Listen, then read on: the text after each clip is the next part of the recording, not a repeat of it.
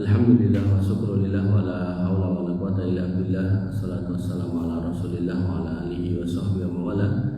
Rabbi shrah li sadri wa yassir li amri wa hlul 'uqdatam min lisani yafqahu qawli. Amma ba'du.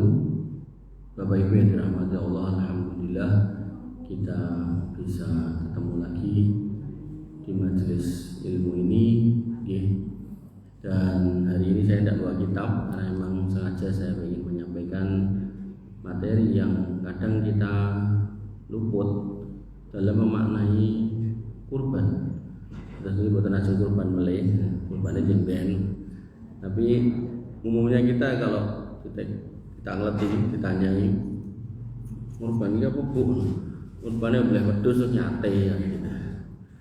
Nah maka Bapak Ibu dan rahmatullah Allah Subhanahu Wa Taala, maka ketika kita kembali kepada bahasa Arabnya, kurban itu koroba yang rubu, kurban yang berarti dekat atau mendekat.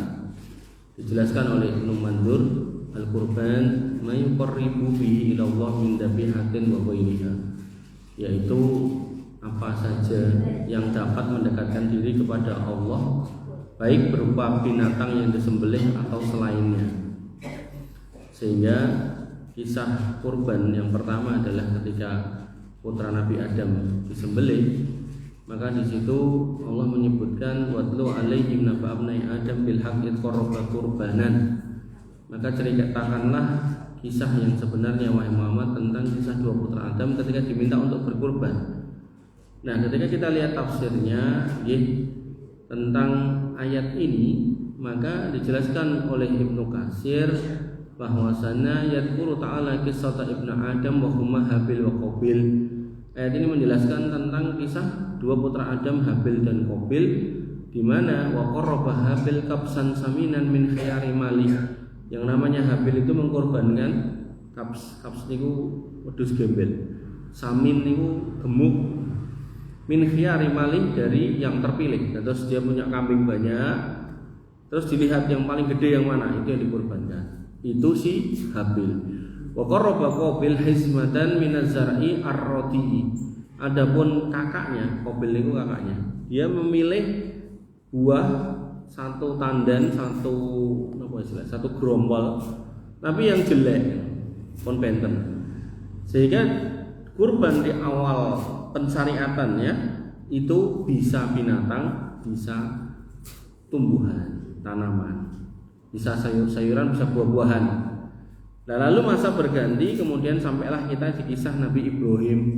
Walamma balagha ma'hu sa'ya qala ya bunayya inni ara fil manami anni atbahuka fanzur madza tara qala ya abati fa'al ma tu'mar satajiduni insyaallah minas sabirin. Ketika anak itu sudah beranjak dewasa membersamai bapaknya, lalu anak itu ditanya oleh bapaknya, tadi malam bapak ngimpi nyembelih kamu, gimana pendapatmu? Kata anak itu, monggo, silakan. Insyaallah saya anak yang sabar. Walamma aslama wa tallahu lil jabin, ketika mereka berdua sudah berpasrah diri dan meletakkan pelipis putranya di tempat penyembelihan, wa nadahu ayya Ibrahim, kami panggil wahai engkau Ibrahim, qad sadaqta ru'ya inna kadzalika najzil muhsinin, engkau telah membenarkan mimpimu. Atas mimpi seorang nabi niku wahyu, kamu telah benarkan wahyu itu, maka seperti itulah kami akan membalas orang-orang yang berbuat ihsan. Inna hadzalah wal bala'ul mubin, ini sebenarnya cuma ujian yang nyata. Wa fadainahu bidibhin nadim, maka akan kami ganti dengan sembelihan yang besar. Maka di sini dalam kisah yang masyhur sampai di kita, Nabi Ibrahim benar diperintahkan untuk menyembelih putranya, tapi akhirnya diganti dengan domba. Sehingga pada masa itu kurban menggunakan domba. Lalu masa pun berganti kepada Nabi Muhammad SAW. Allah berfirman, fasolli li rabbika wanhar, maka sholatlah untuk Rabbmu dan berkurbanlah. Nah, dalam pensyariatan Nabi Muhammad SAW dalam ayat yang lain disebutkan kurbannya min bahimatil an'am. Ada tambahan jenis yang bisa dikurbankan. Kalau Nabi Adam tadi bisa hewan dan bisa tanaman, Nabi Ibrahim cuman hewan tok, turun ke domba tok. Nah, begitu masuk di Nabi Muhammad, di situ bisa kambing, bisa sapi, bisa unta. Nah, Ibu dan rahmatullah Allah, Bapak juga demikian. Lalu yang harus kita pahami adalah bahwasanya ada sebuah kaidah. Kaidahnya berbunyi, semua bentuk ibadah yang kita tujukan kepada Allah tidak boleh diarahkan kepada selain Allah. Contoh, misal dongo, berdoa. Nabi mengatakan ad-du'a'u huwal ibadah. Doa itu ibadah.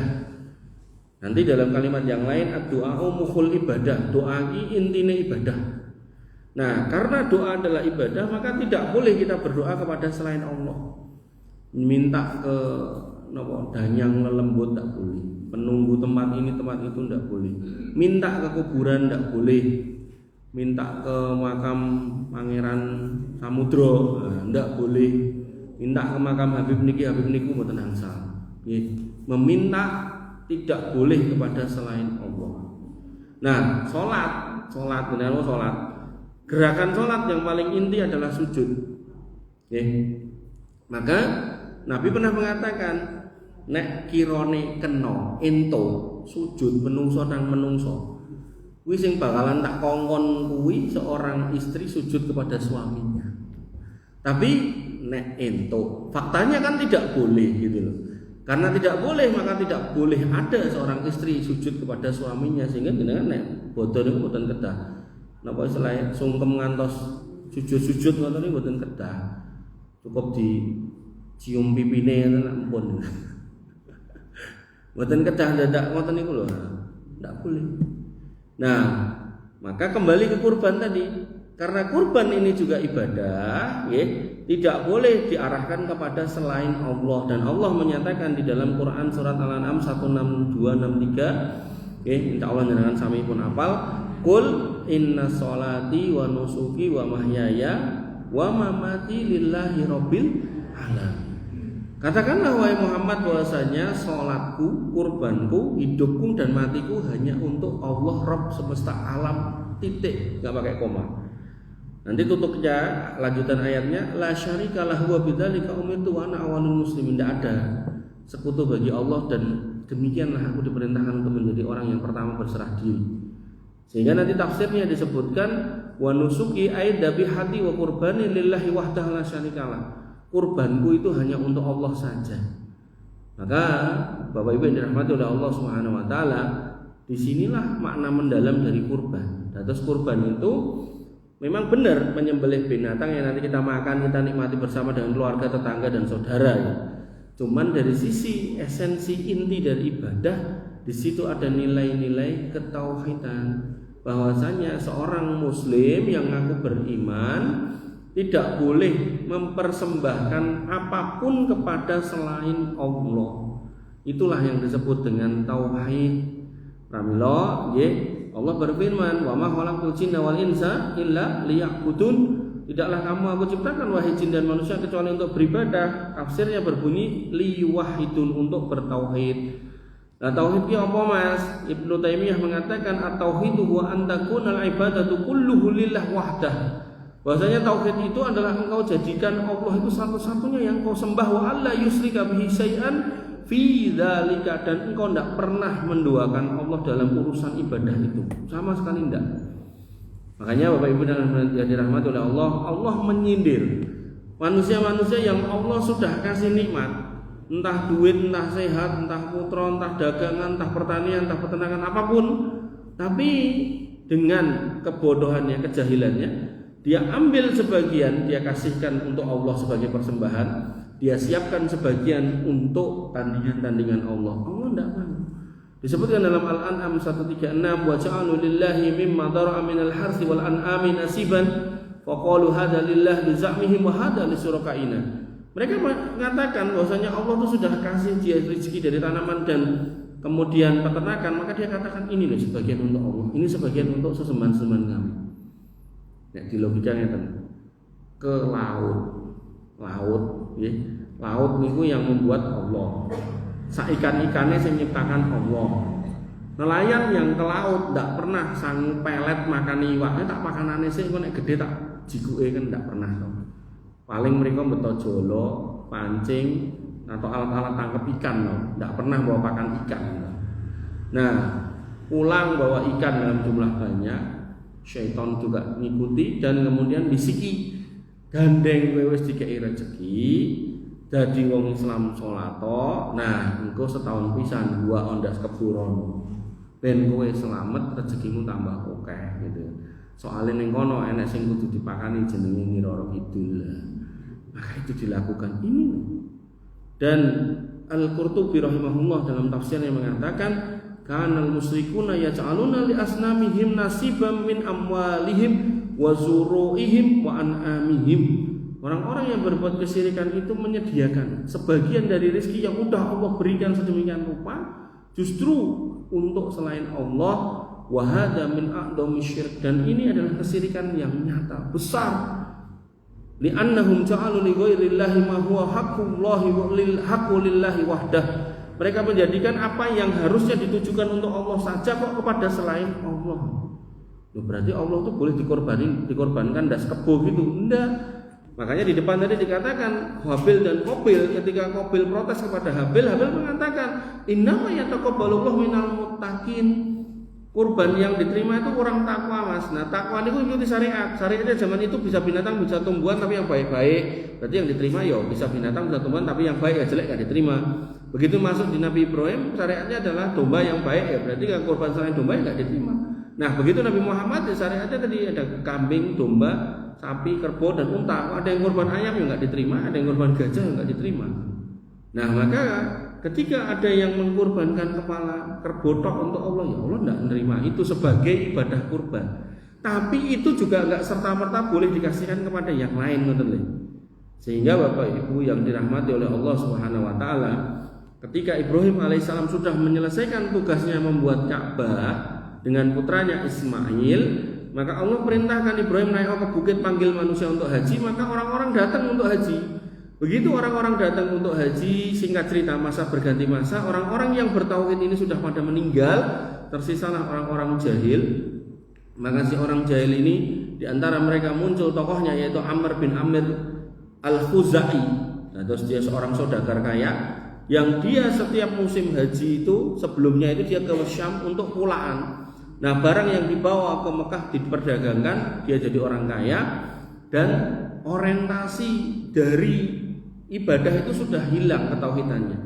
Yang dipikir cuman piye carane bisnisnya tambah lancar. Nah, dilihatlah Syam ini maju, dilihatlah Mekah ini menurut dia kurang maju. Akhirnya dia berpikir kono ki nyembah apa ta jane. Akhirnya dianalisa, diobservasi, diamati, ternyata nyembah berhala. Maka kemudian dia dengan sumber daya yang dia punya, hartanya, koneksinya dan segala macam koleganya, dia bawa itu berhala yang paling gede dari Syam ke Mekah, ditancapkan di depan Ka'bah, diberi nama Hubal. Nah, begitu Hubal tertancap di situ, akhirnya orang yang tadinya haji semata-mata karena Allah, lama-lama berpindah. Dia nggak akan merasa tenang, nyaman kalau hanya langsung kepada Allah. Dia harus berdoa lewat berhala-berhala itu. Nah, yang namanya berhala ini mesti dadak disajeni dengan sajenan tertentu, dengan gorampe tertentu, akhirnya bisnis pun berputar. Nah, setiap suku nggih pengen ngoten niku, akhirnya do gawe berhala dhewe-dhewe. Ditancapke teng ubengane Ka'bah niku, totale semuanya 360 berhala. Oke, iya. Terus nek niku umpami nek bilang ngantos tesih enten dengan mubeng ten niku mboten saged saking upaya 360. Nah, Bapak Ibu rahmatullah Allah, Nabi mengatakan tentang orang satu ini bahwasanya ra'aitu Amr ibni Luhai yajurru kusbahu finnar. Aku melihat loh Amr bin Amir Al-Khuzai, dia ususnya brodol digojeki ning neraka. Kana awwalu man ghayyara dina Ibrahim. Kuwi lho menungso sing pertama kali ngerusak, ngerubah agama Ibrahim alaihissalam, yaitu agama tauhid. Maka akhirnya singkat cerita, karena sudah sedemikian jahil, sudah sedemikian menyimpang, Allah utus Muhammad sallallahu alaihi wasallam. Kemudian beliau pun berdakwah 13 tahun di Mekah dengan berbagai macam cobaan dan penderitaan, dijalani dengan penuh kesabaran sampai pernah mengalami hijrah yang pertama ke Habasyah. akhirnya hijrah dilanjutkan ke Madinah setelah 13 tahun di Mekah berjuang. Dan begitu sampai di Madinah tidak bisa tinggal diam orang kafir Quraisy melihat agama Nabi Muhammad berkembang. Mereka berkali-kali mencoba memerangi dalam berbagai macam episode peperangan. Ada perang Badar, perang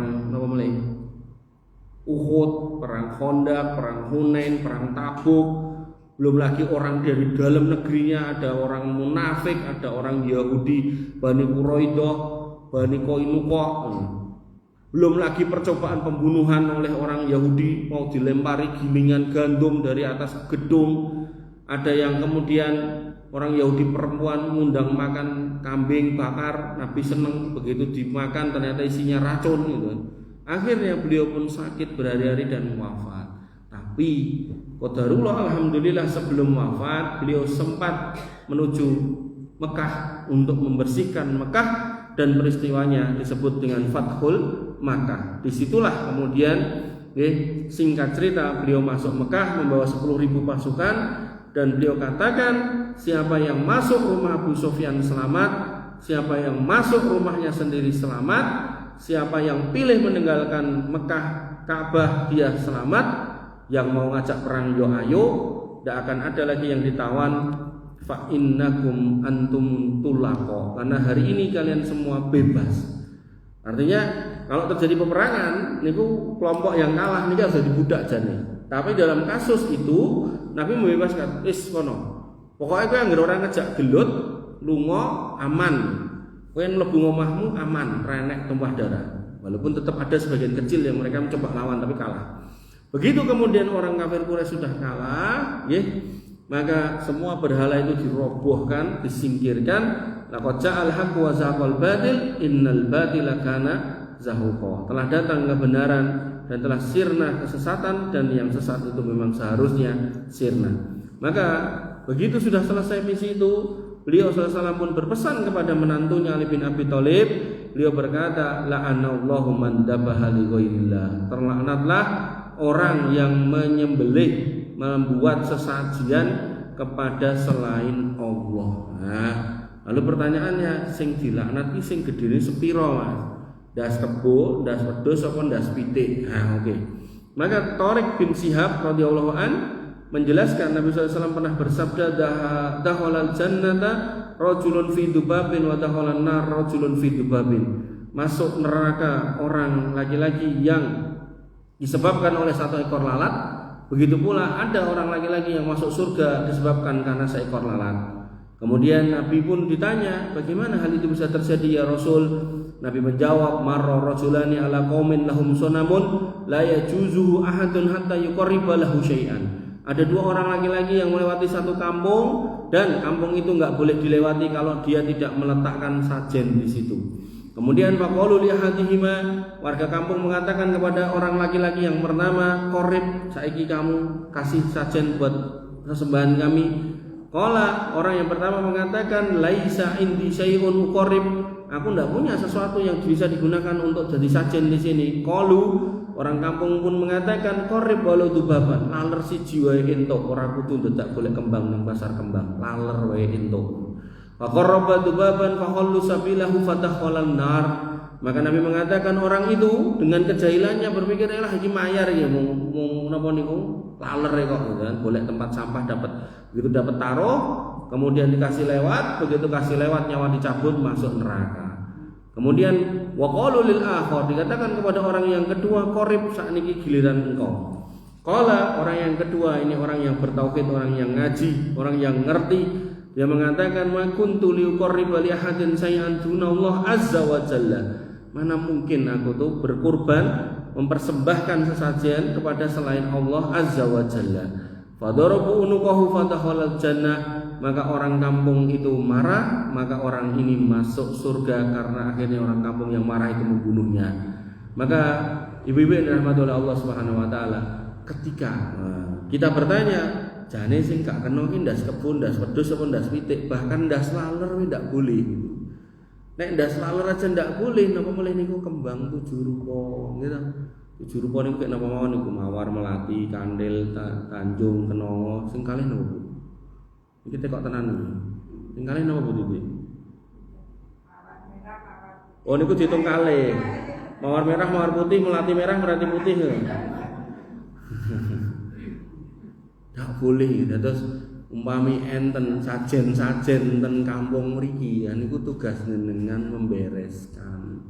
Kok perapatan sik disajeni niku piyaine mang indik sinten diparani dikandani.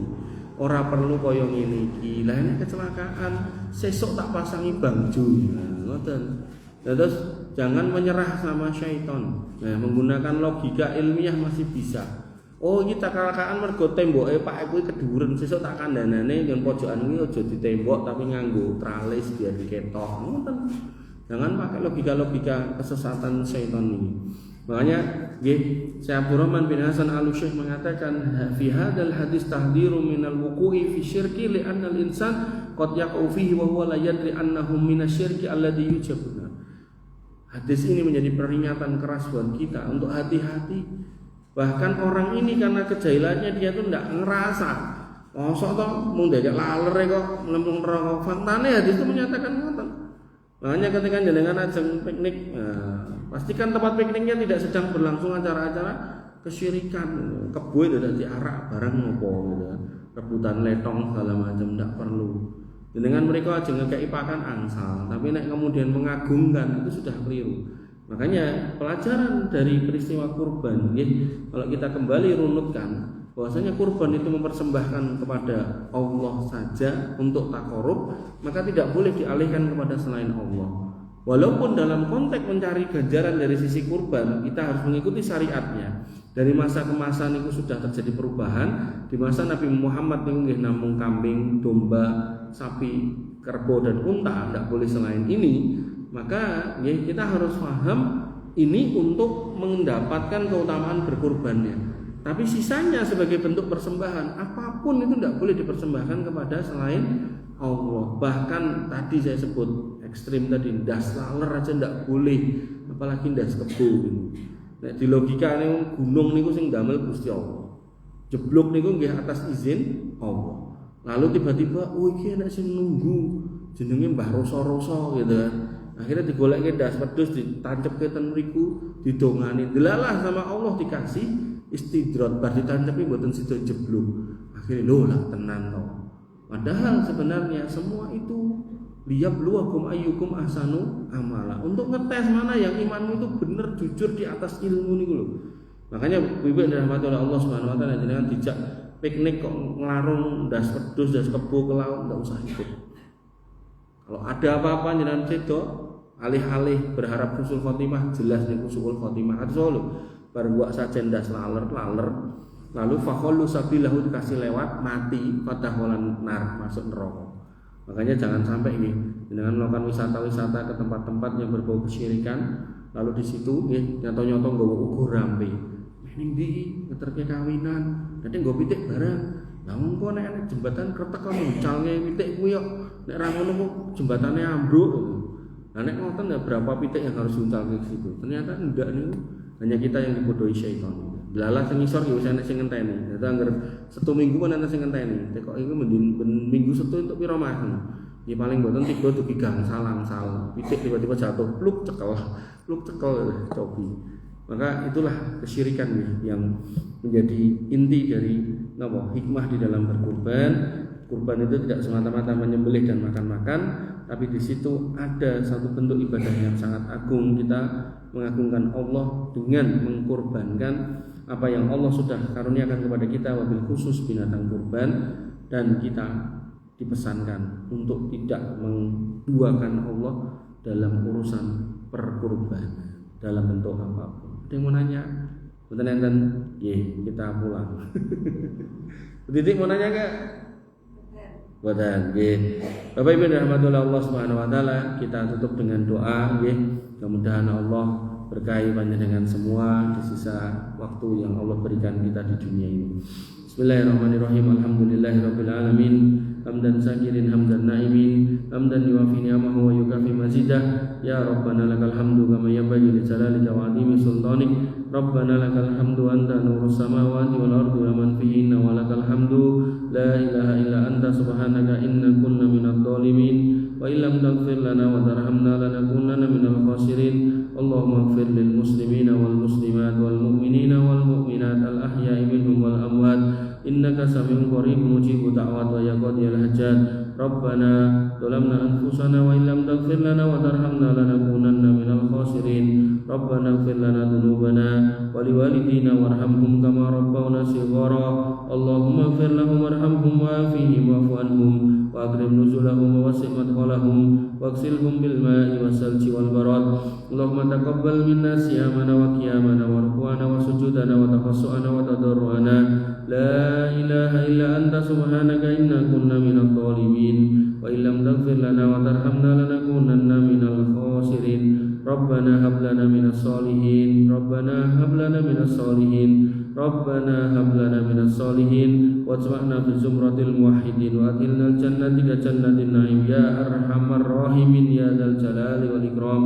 Rabbana atina min ladunka rahmah wa hayyi' lana min amrina rasada. Rabbana atina ma wa'adtana ala rusulika wa la tukhzina yawmal qiyamah innaka antas sami'ud du'a innaka la tukhliful mi'ad. Rabbana atina fid dunya hasanah wa qina adzabannar wa qina adzabannar. Rabbana atina fid dunya hasanah wa fil akhirati hasanah wa qina adzabannar wa qina adzabannar. Wa akhiru da'wana alhamdulillahi rabbil